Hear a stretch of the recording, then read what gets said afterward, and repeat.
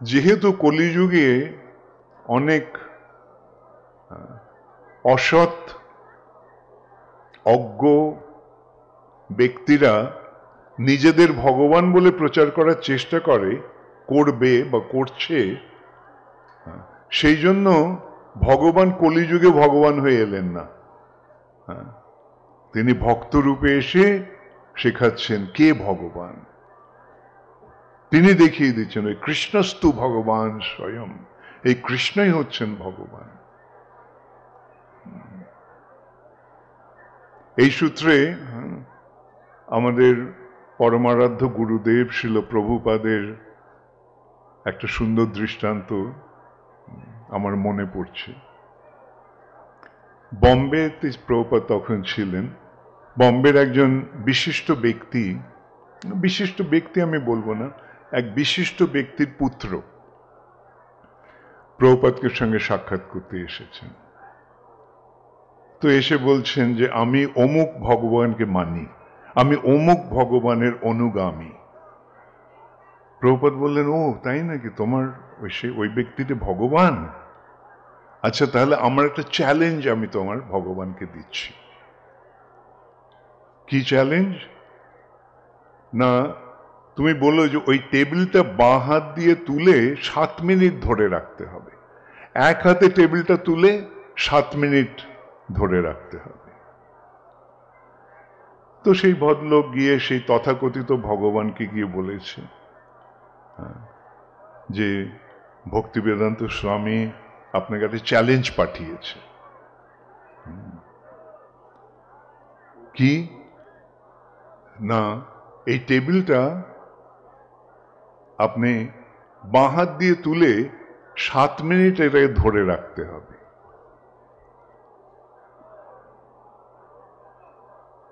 তো বললেন সেটা কি করে সম্ভব? তো সেই ব্যক্তিটি প্রভুপাদের কাছে গিয়ে বলেছে যে এইটাই তার উত্তর ছিল, সেটা কি করে সম্ভব। তখন প্রভুপাদ বললেন যে দেখো, কৃষ্ণ 7 বছর বয়সে গিরি গোবর্ধন বাঁ হাত দিয়ে তুলে 7 দিন ধরে রেখেছিল। তাহলে কৃষ্ণ যদি 7 দিন ধরে একটা পর্বত তুলে রাখতে পারে, তাহলে তোমার তথাকথিত ভগবান একটা টেবিল তুলে 7 মিনিট রাখতে পারে না? তো এইভাবে আমাদের বুঝতে হবে কে প্রকৃত ভগবান। ভগবানকে ভগবান বলে চিনতে হবে। জীব আর ভগবান এই দুয়ের মধ্যে পার্থক্য রয়েছে। আমরা হচ্ছে জীবাত্মা,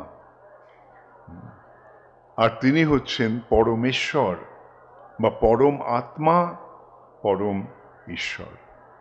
এই সম্বন্ধে আমাদের শাস্ত্রে একটা সুন্দর দৃষ্টান্ত দেওয়া হচ্ছে যে সূর্য আর সূর্য কিরণ। সূর্যের কিরণ, সূর্যের থেকে যে কিরণগুলো বেরোচ্ছে, সূর্য রশ্মি, সেগুলি ছোট ছোট সূর্যের কিরণ কণা, তাই না?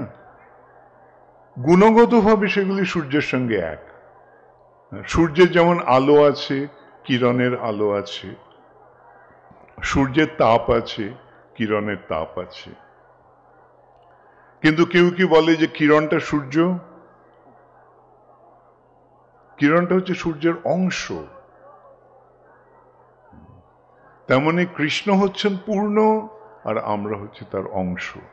গুণগতভাবে আমরা এক, কিন্তু আয়তনগতভাবে আমরা ভিন্ন। যেমন এক বিন্দু জল আর একটা সাগর, দুটোই জল। সাগরের গুণ বিন্দুতেও রয়েছে, আবার সাগরেও রয়েছে, কিন্তু বিন্দুটা ক্ষুদ্র আর সাগরটা অসীম। এইভাবে আমাদের ভগবানের সঙ্গে আমাদের পার্থক্যটা উপলব্ধি করতে হবে, বুঝতে হবে।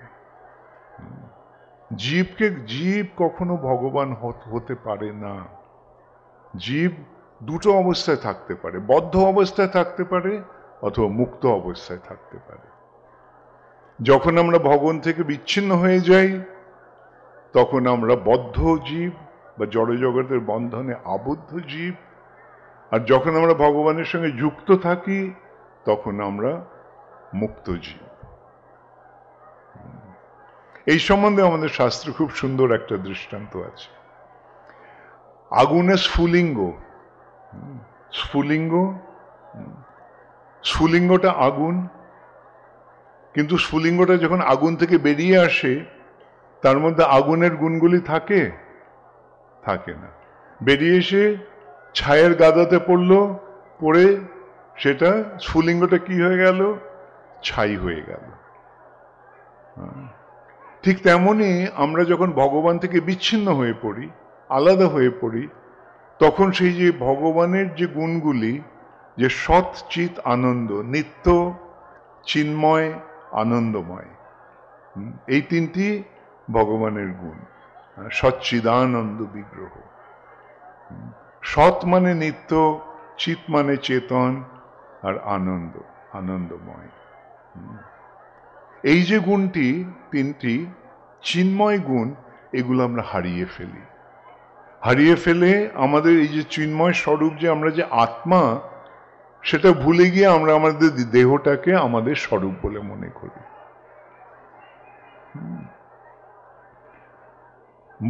বোঝা গেল? আগুন থেকে বেরিয়ে এসে ছায়ে গাদায় পড়ে ছাই হয়ে গেল। আমরা চিৎ জগৎ থেকে বেরিয়ে এসে এই জড় জগতে পড়ে জড় হয়ে গেছি। এই জড় শরীরটাকে আমাদের স্বরূপ বলে মনে করছি, কিন্তু এই শরীরটা কি আমি? এই শরীরটা আমাদের স্বরূপ নয়। আমাদের স্বরূপে আমরা আত্মা বা আত্মা। সে যতক্ষণ আত্মা যতক্ষণ শরীরে আছে ততক্ষণ জীবন আছে। আত্মা যখন শরীর থেকে চলে যায় আর শরীরে জীবন থাকে, শরীরটা তখন মরে যায়, মৃত। আত্মা যখন একটা নতুন শরীর গ্রহণ করে, সেটা হচ্ছে জন্ম। আর আত্মা যখন পুরনো শরীর ছেড়ে চলে যায়, সেটা হচ্ছে মৃত্যু।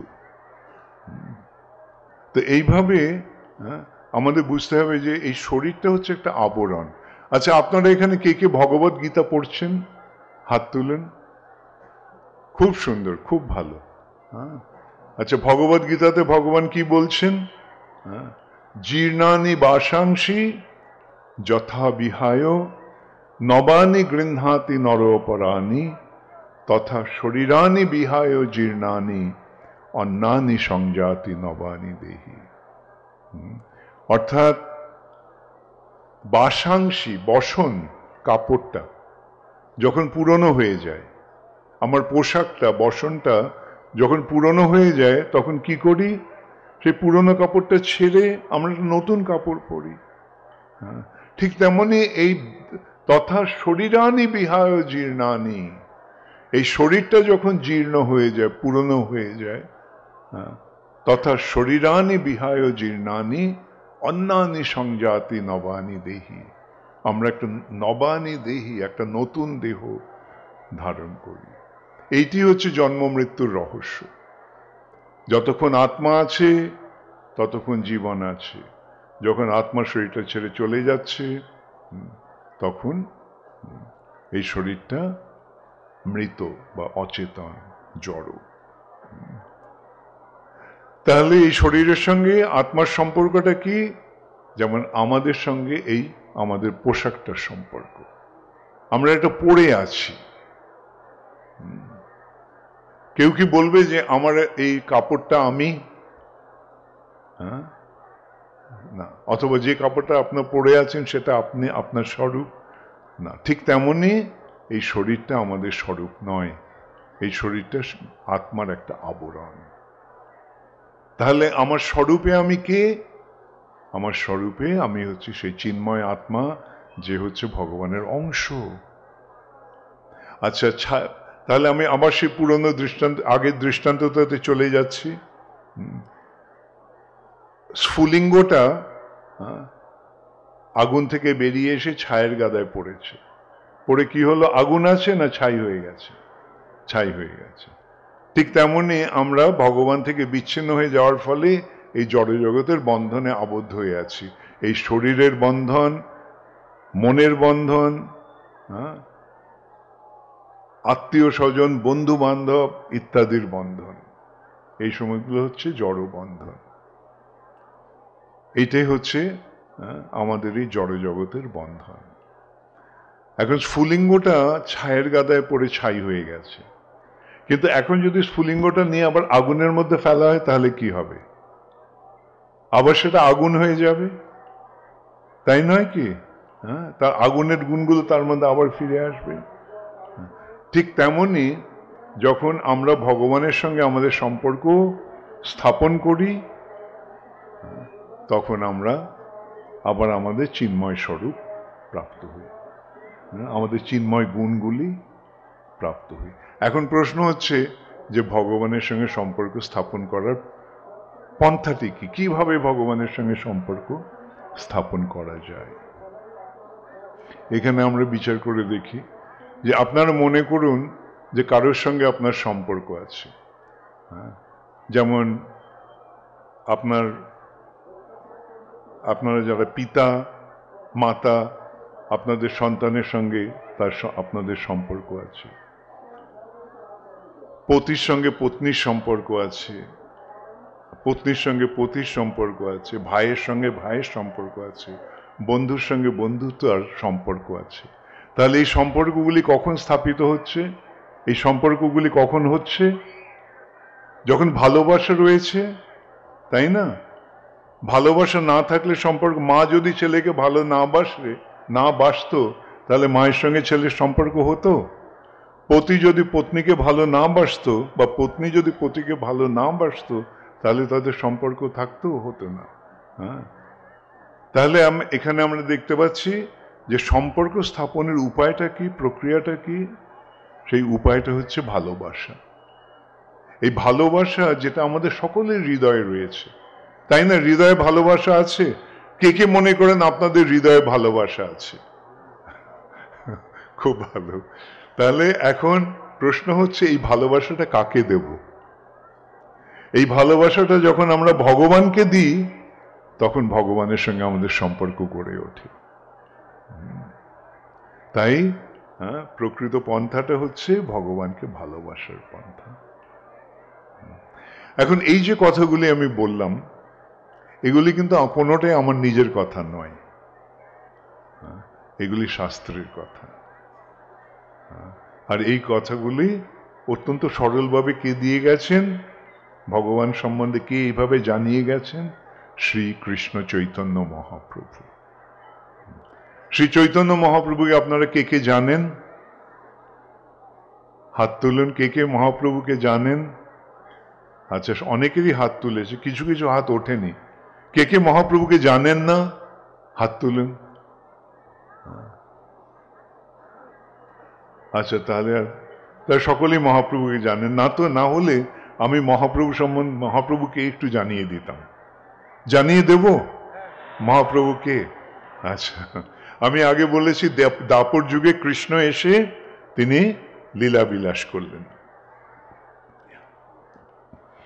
লীলাবিলাস করার পরে কৃষ্ণ ভাবলেন যে আমি তো আমার এই ব্রজলীলা প্রকাশ করলাম, কিন্তু কিভাবে মানুষ এই ব্রজলীলায় প্রবেশ করবে? যথেষ্ট বিহরি কৃষ্ণ করে অন্তর্ধান, অন্তর্ধান করি মনে করে অনুমান।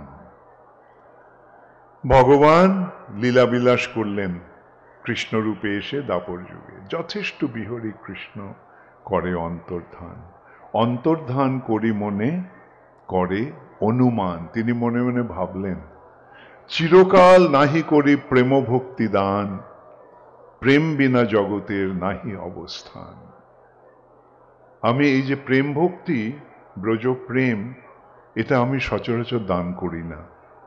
কিন্তু এই ব্রজ প্রেম যদি লাভ না হয় তাহলে মনুষ্য জীবনের উদ্দেশ্য কি রইল?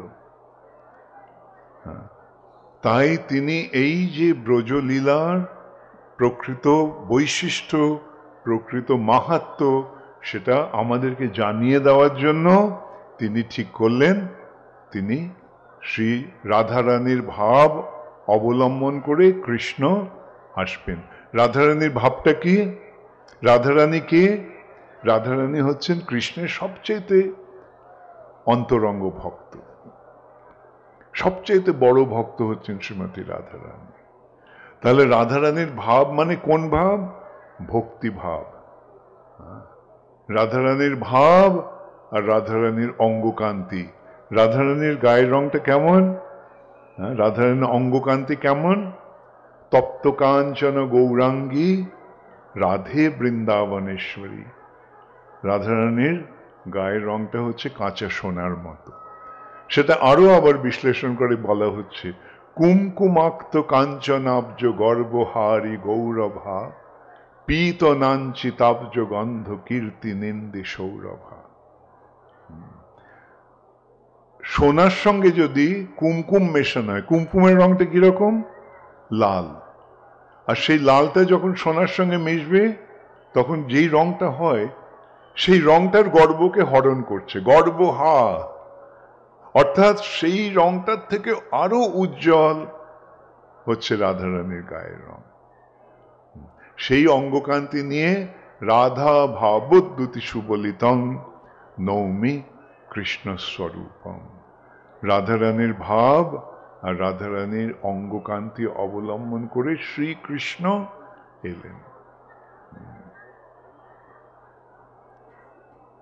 যেই কৃষ্ণ, তিনি হচ্ছেন শ্রী চৈতন্য মহাপ্রভু। শ্রীকৃষ্ণ চৈতন্য রাধা কৃষ্ণ নহে অন্য। এই শ্রীকৃষ্ণ চৈতন্য মহাপ্রভু হচ্ছেন রাধা কৃষ্ণের মিলিত প্রকাশ। রাধা ভাবোদ্যুতি সুবলিতং নৌমি কৃষ্ণ স্বরূপম। তো তিনি হচ্ছেন শ্রী চৈতন্য মহাপ্রভু। এসে তিনি কি, ভগবান কি করছেন?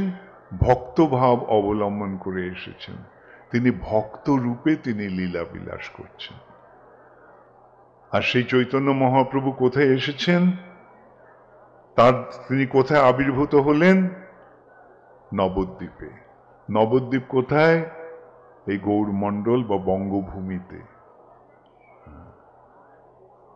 এইভাবে এই বঙ্গভূমিতে অবতীর্ণ হয়ে শ্রী চৈতন্য মহাপ্রভু এই বঙ্গভূমিকে ধন্যাতি ধন্য করে গেছে।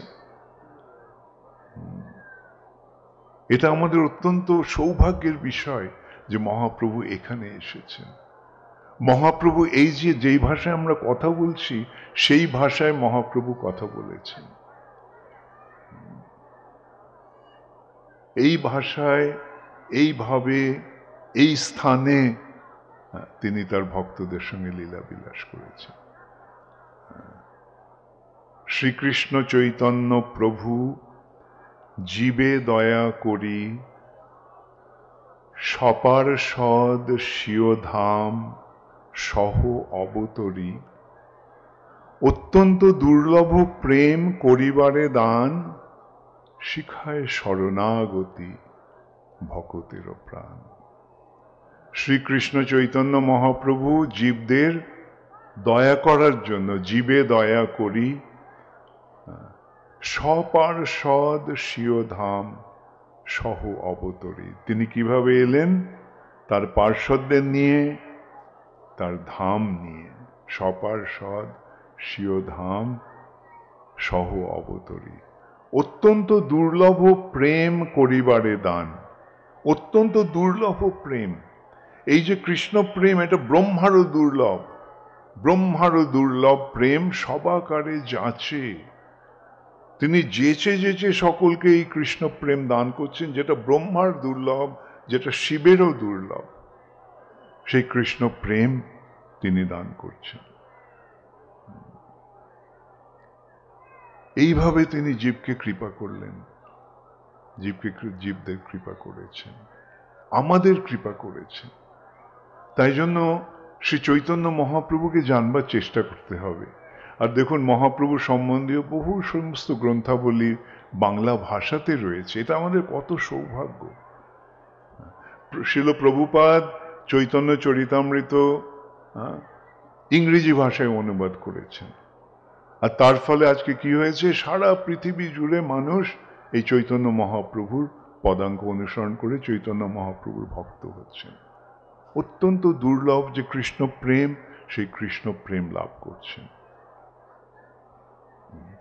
অত্যন্ত দুর্লভ প্রেম করিবারে দান, শিখায় শরণাগতি। শরণাগতি মানে ভগবানের শরণ নেওয়ার পন্থা, ভগবানের কাছে আত্মনিবেদন করার পন্থা, ভগবানের কাছে নিজেদের সমর্পণ করে দেওয়ার পন্থা।